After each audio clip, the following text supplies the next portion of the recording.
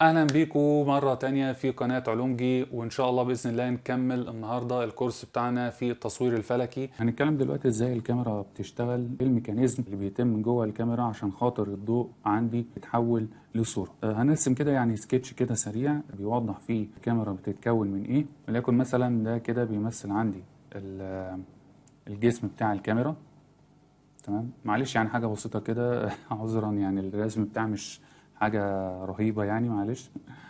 هنا مثلا انا بركب العدسه بتاعتي، او هنا الفتحه بتاعت الكاميرا اللي بيركب عليها العدسه، فكده انا بركب العدسه بتاعتي زي ما احنا شايفين. العدسه نفسها بيبقى جواها يعني شويه اليمنتس، او جواها بقى العدسات الزجاجيه اللي هي بدخل من خلالها الضوء، او اللي الضوء بيمر من خلالها. بعد كده بيحصل له بقى عمليه انكسار، او يعني عمليه تجميع على السنسور بتاع الكاميرا. يعني مثلا العدسه من جوه ممكن يكون شكل الاليمنتس جوه بالشكل ده كده، يعني حاجه تقريبيه كده.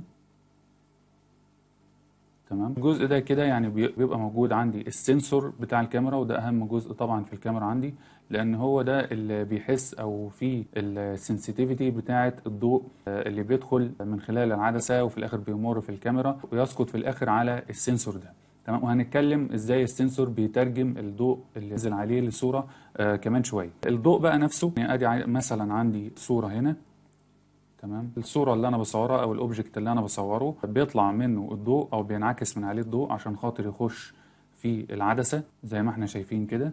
بيدخل جوه العدسة عندي. أول ما بدوس الزرار بتاع الشطر أو الزرار باخد بيه الصورة، في الغالب الزرار يعني بيكون موجود هنا، أنا بضغط عليه عشان خاطر البليدز أو الشفرات بتاعة العدسة تفتح عشان خاطر الضوء يمر من خلالها ويخش على الكاميرا ويسقط في الاخر على السنسور. هنتخيل مثلا يعني دي الفوتونات او الاشعه اللي جايه من الجسم اللي انا بصوره. الضوء عندي يعني بعد ما يعدي من خلال العدسه، يكون مثلا هنا كده، هيبدا بعد كده يخش جوه الكاميرا عندي. وطبعا يعني بدايه من هنا بيبدا بقى يفرق معايا نوع الكاميرا اللي انا بستعملها والمكونات الداخليه للكاميرا نفسها، لان انا عندي في كذا نوع من انواع الكاميرات. في كاميرا مثلا اللي هي الدي اس ال ار، ديجيتال سنجل لينس ريفلكس، وفي كاميرات تانية زي الميرورلس كاميرا، في كاميرات تعتبر وان شوت كلر يعني هنفهم معناها كمان شويه، وفي كاميرات تانية مونو. في انواع كاميرات كتير، وكل نوع كاميرا بيبقى ليه المكونات الداخليه بتاعته، بيبقى ليه الميكانيزم بتاعه بيعمل فيه بروسيسنج للضوء الصوره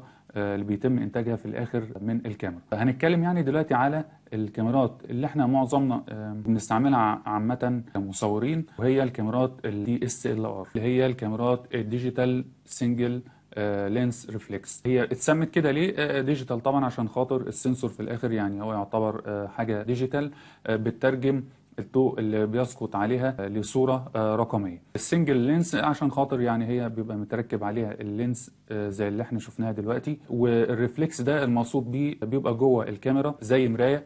تمام، بتبقى موجوده مثلا في الجزء ده كده. في حاجه عندي فوق خالص في الكاميرا اسمها الفيو فايندر. ايه هو الفيو فايندر ده؟ ده جزء عندي انا ببص من خلاله على الكادر بتاع التصوير بتاعي. الضوء بتاع الكاميرا بيخش من خلال اللينس هنا، بيسقط في الاول خالص على الميرور او المرايه اللي موجوده هنا. المرايه دي وظيفتها انها بتعكس الضوء اللي داخل من اللينس على الفيو فايندر اللي موجود في الكاميرا. الضوء كله بيسقط في الاول كده عندي على المرايه دي، وبينعكس على الفيو فايندر ده عشان خاطر انا اما ابص من الفيو فايندر، وهنشوف يعني صورته دلوقتي على الفيديو. انا ما ببص من خلاله بقدر اشوف الكادر بتاع التصوير بتاعي، انا موجه الكاميرا ناحيه فين بالظبط، هل كل العناصر اللي انا عايز اصورها موجوده في كادر التصوير ولا لا.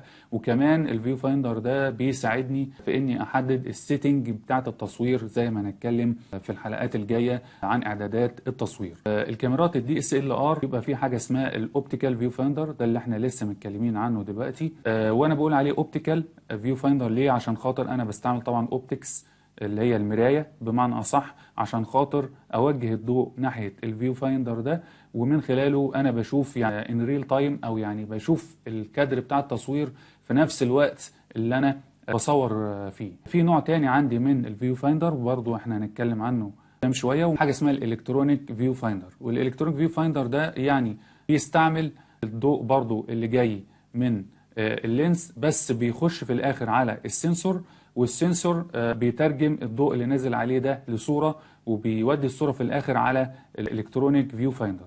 طبعا في فرق ما بين الاوبتيكال وما بين الالكترونيك، يعني مش عايزين نتعمق فيه شويه دلوقتي، لان اللي بنتكلم عنه دلوقتي هو الميكانيزم بتاع الكاميرا، فهنتكلم عنه قدام شويه. خلاص يعني انا يعتبر دلوقتي شفت الكادر بتاع التصوير بتاعي هيبقى عباره عن ايه، وايه الجسم او الاوبجكت اللي انا عايز اصوره. لقيت ان اعدادات التصوير عندي تمام، فببدا ادوس على الزرار بتاع الشطر. وفي الحاله دي اللي بيحصل ان الميرور بقى اللي عندي او المرايه اللي كانت عندي دلوقتي عكست الضوء على الفيو فايندر، بتبدا انها تترفع لفوق، اللي هي دي تبدا انها تترفع لفوق شويه او تنزل لتحت على حسب بقى الميكانيزم بتاع الكاميرا نفسها، عشان خاطر كل الضوء اللي داخل من خلال اللينس يعدي في الاخر عندي على السنسور، او يسقط في الاخر عندي على السنسور بتاع الكاميرا زي ما احنا شايفين دلوقتي قدامنا.